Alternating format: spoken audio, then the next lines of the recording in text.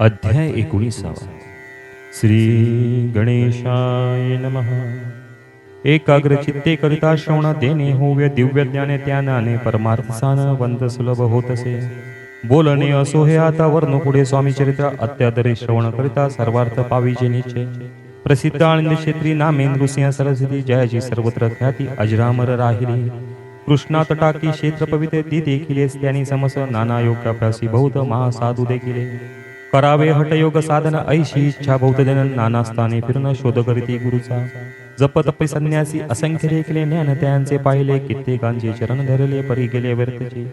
एके समयी अक्कलकोटी स्वामी दर्शनाच्या धरणी पोटी आले नृसिंह सरस्वती महिमासींचा ऐगोणी. सन्मुख पाहुणी त्याला आदरचक भेदांतला एक श्लोक सतुर म्हटला श्रवणी पडला त्यांच्या.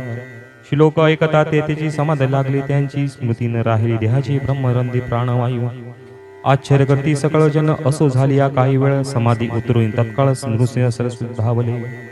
स्वामी पदांबुजांवरी मस्तक ठेवले झडकरी सद्गतीत झाले अंतरी हर्षी पोटी न सामावे. उठवणी करते स्तुती धन्य धन्य हे यतिमती केवळ परमेश्वर असती की रूप घेती मानवाचे. स्वामी कृपा आज झाली ते माझी इच्छा बोले चिंता सकल दूर झाली कार्यभाग साधला.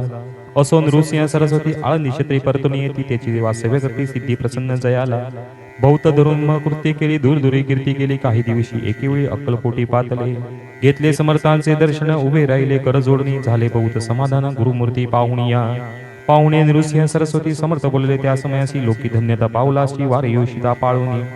तियेसी द्यावे सोडणी तर शेष पावसी जनी मग सहजची सुरू होणी अंती जासी सुखाणे.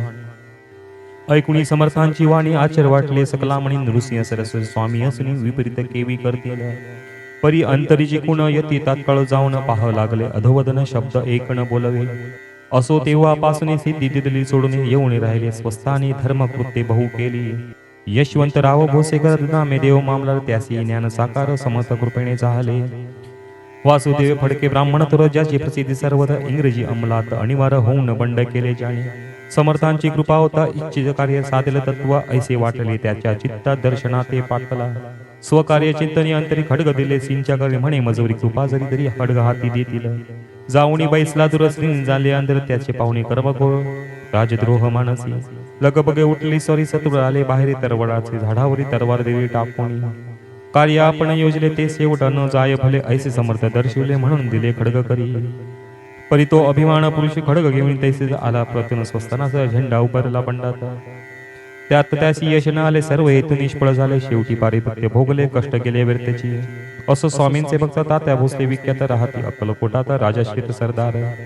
माया पाश तोडून दृढ झाले स्वामी चरणी भजन पूजन निशिदिनी करिता ती आनंदे. अकस्मात एके दिवशी भयभीत झाले मानसी यमदूत दिसती दृष्टीसी मृत्यू समय पातला.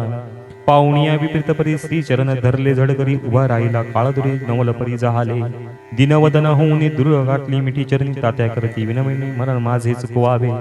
ते पाहुणे श्री समर्थ कृतज्ञतासी काय सांगत हा असे माझा भक्त आयुष्य याचे न सरले. पहिलं तो ऋषभ दिसत त्याचा आज असेल तर त्यासी न्यावे त्वरित स्पर्श ते करू नको.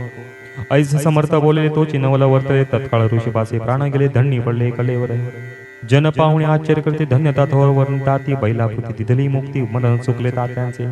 अलीला असंख्य वर्ण जाता वाढेल ग्रंथ हे स्वामी चरित्र सारामृत चरित्र सार मात्र येते. इति श्री स्वामी चरित्र सारामृत नाना प्राकृतः संमत सदा परिसत प्रेमळ भक्त 19वा अध्याय गोडा श्रीरस्तु शुभं भवतु शुभं भवतु शुभं भवतु.